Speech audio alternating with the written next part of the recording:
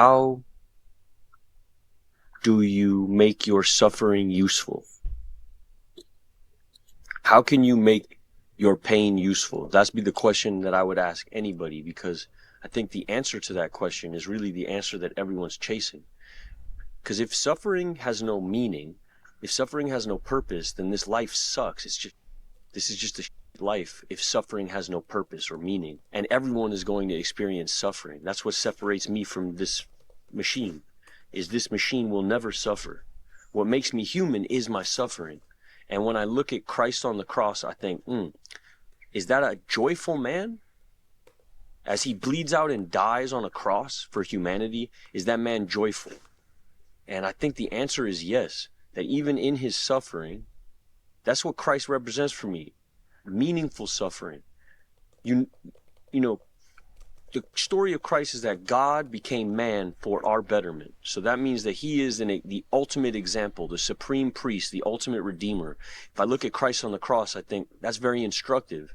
You don't see a lot of smiley face Christs on the cross. Yeah. You don't see Christ on the cross dying and laughing with aplomb, in joy, in ultimate joy. But I think they should make some Christs on the cross in ultimate serenity, in ultimate joy. They always make Christ like this sad face, and that seems stupid. It seems like it's not deep enough. Like the artists who manufacture those crucifixes, it's almost like they're not seeing the full story. And the full story, I believe, is that Christ is in maximum joy in that moment. He is fully in his purpose. And that's, if you can tap into how you can use your suffering to help other people, that is maximum joy. I always thought joy was, I get this and then I'm happy, or I do this and then I'm happy, or I get her and then I'm happy, or I make that and then I'm happy, or they respect me and then I'm happy. Or I always thought happiness was to be acquired by the things I would gain from life. That's why I was always grabbing. If I knew early on that happiness actually is in me offering all of my suffering up for other people as an instructive thing, or as something that could benefit man, then I maybe would have lived my life differently. So I guess the question I would ask anybody is how do you use your suffering to tap into your joy? How do you remix suffering into joy? I would ask anybody that. And not everybody has an answer to that. And those people who don't have an answer are not going to be happy people, because suffering is guaranteed. And unless you can take suffering and make it joy, or find suffering in your joy, not as a masochist, not as some S&M whipping yourself type of nonsense. It's rearrange. Yeah. How does your perspective change on suffering? How do you look at suffering like, this isn't suffering in the notional sense. This is actually my route to joy.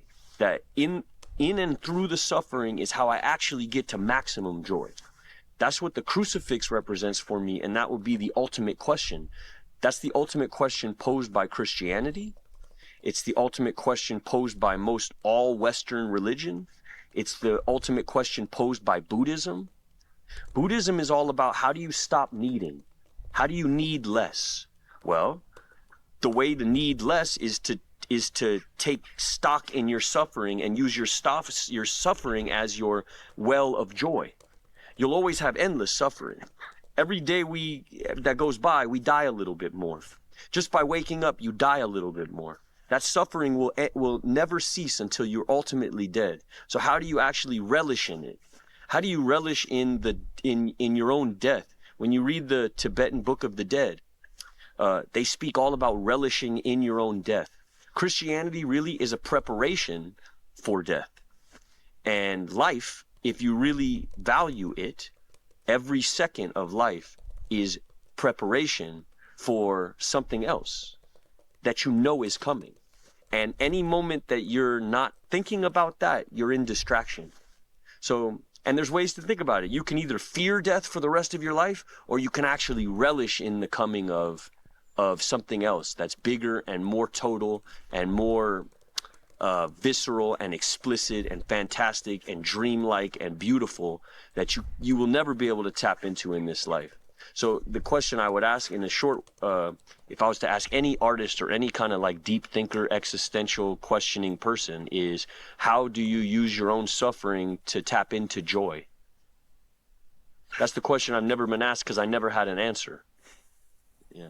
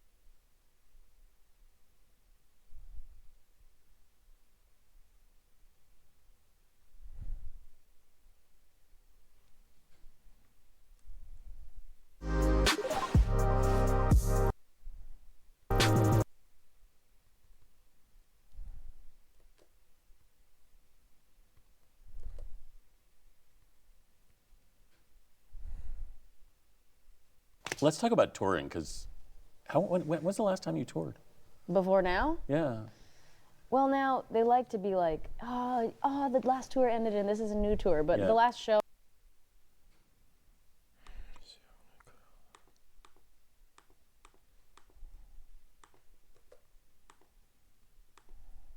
Let's talk about touring, because when was the last time you toured? Before it ended and this is a new tour. But the last show I did was literally a year ago, which is not that long. Not that long, no. But you're touring in a different way now. Correct.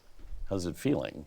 It's feeling really good, actually. Is it? It's like very similar in a lot of ways, but also a very different thing. How's it different? Well, I don't have my brother. Yeah. And I've never done a show without my brother in my life. Yeah. I mean, I've barely performed and sung without my brother, ever. I don't have my parents on the road. I mean, they're coming out to visit, and that's been, like, amazing. But, you know, I don't have, like, the same kind of structure that I had before. And then also, I'm playing in the round, which I've never done before. And that, I guess surprisingly to me, I guess it shouldn't be so surprising, but it is a completely different experience for me. Like, completely different. I don't know. How does it feel different?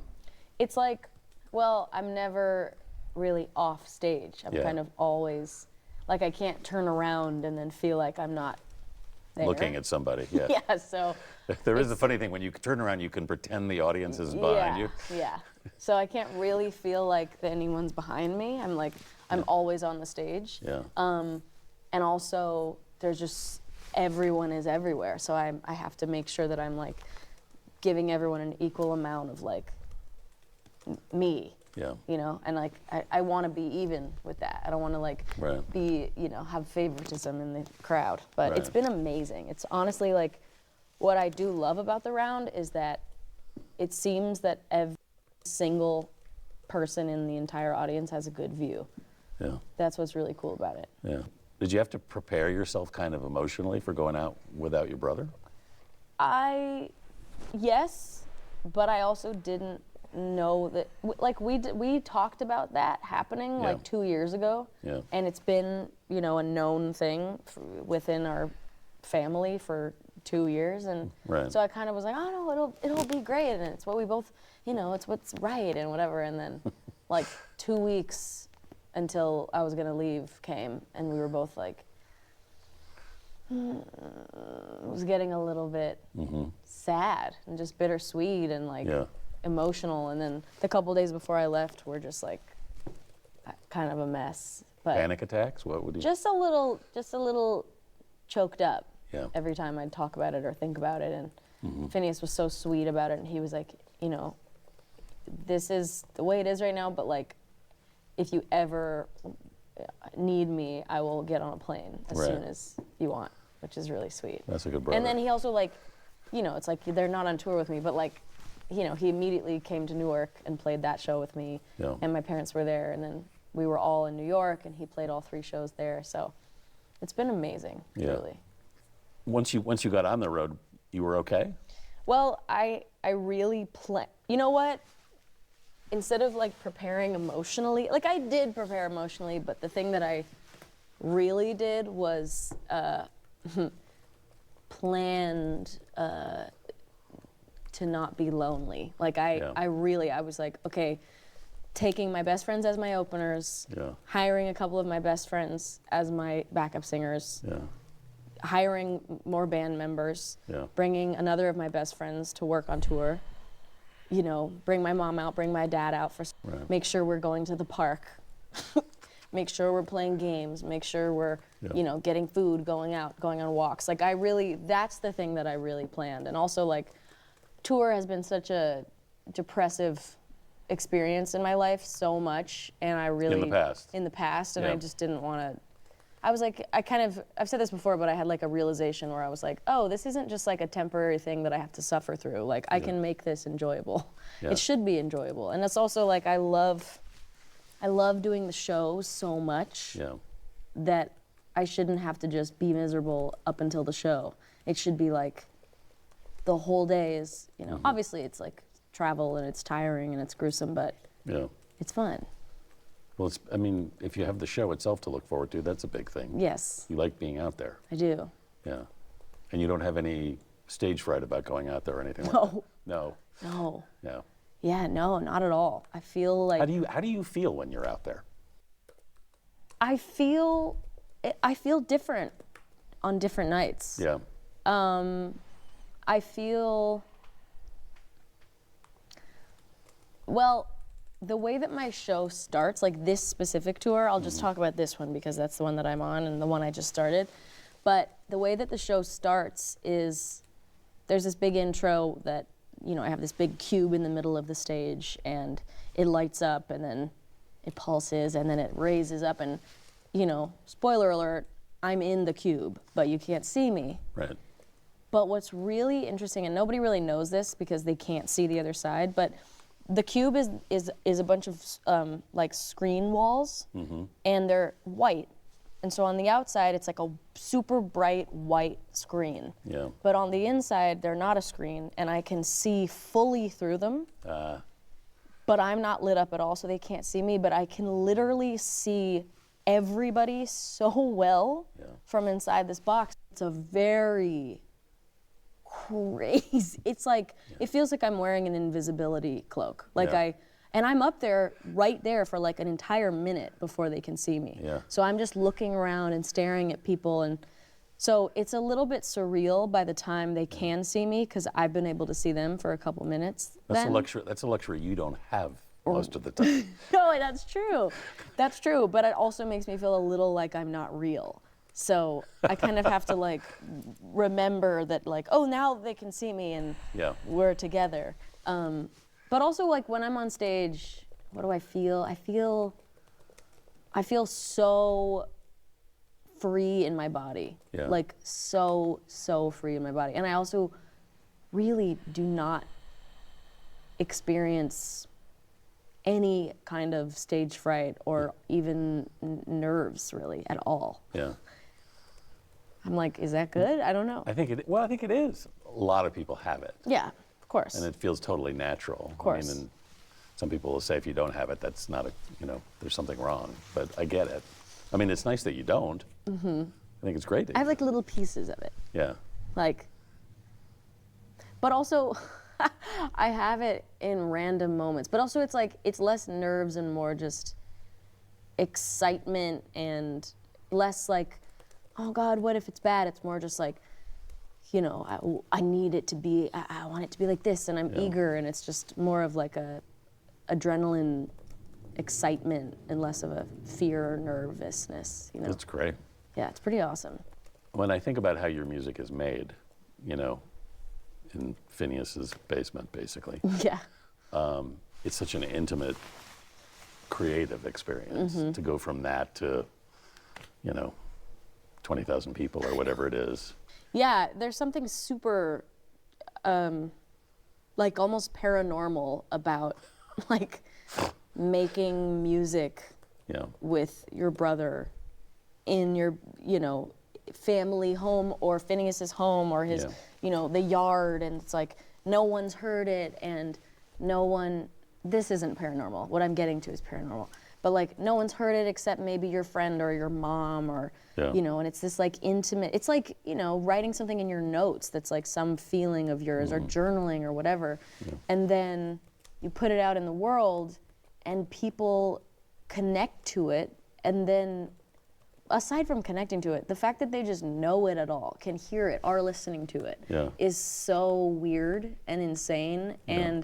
But at the same time, you kind of have no proof that that's happening until you're on stage. And like the first show of this tour was in Quebec City.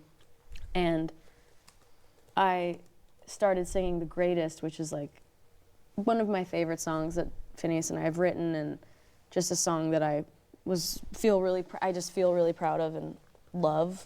And also isn't a big song. Right.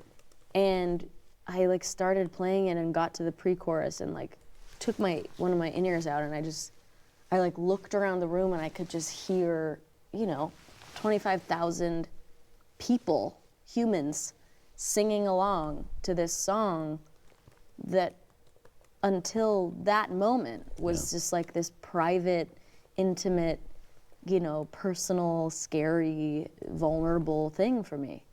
And then you hear it with thousands of people singing it, and it's just like the most amazing form of connection that I know. I want to talk to you about voice, because you've talked a lot about using your voice on this record. And I read something that you said a while back, or maybe it was just sort of in the run-up to the release of this, about at least how until recently you really didn't identify as a singer. Right. Which I find surprising. It's a little stupid, right? No, it's not stupid. It's I just think silly. it's just interesting that you didn't think of yourself that way. Well, let me clarify, because it's more that I've loved singing more than anything for like my whole life.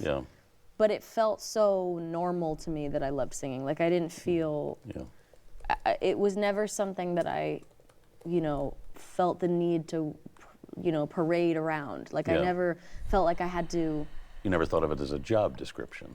Right, exactly. And I would never, like I remember growing up with kids who'd be like, I'm a singer. And I remember hearing those words, and I'd be like, interesting, cool, okay. And I just never wanted to, I never like, singing was never my personality. Like, you know how like singing is some little kid's personality and that's like all they want to do?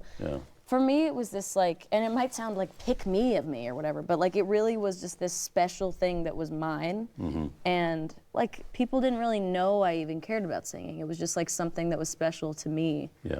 And also, to me, it felt like an obvious, like it was like, I was like, duh, of course I love singing. It's like my favorite thing in the world. So anything that I would talk about loving, I can promise you I didn't love it as much as I love singing. And so to me that was obvious. So I never really felt like I needed to be like, well, I'm a singer. That's part of my job description. One of the things I do is I'm a singer. And I also, was kind of told for so many years that I wasn't a singer because a singer has a big, powerhouse voice. And, Who told you weren't a singer? The whole internet. Like honestly, and also every single, music, whatever those shows are called, like all of those audition music shows, every single show that I loved so much growing up watching, all of those talent got whatever that I loved, that I, every judge on those shows would just be like, if you're a soft singer, then that's not enough. Like you can't, you need to do more. I need you to project, and I need, I need you to be able to belt these really high notes and do all these crazy runs. And so I kind of just thought I wasn't, like I couldn't do those things. And so I was like, oh, well, I guess that's not, like I watched people on those shows, have really beautiful, soft voices, and they get rejected because of that. And so I thought, oh, okay, well then that means like I'm not a real singer because I can't really do that. So okay, whatever. I love singing, but I guess I'm not a singer. And because I also sang kind of quietly when I started out.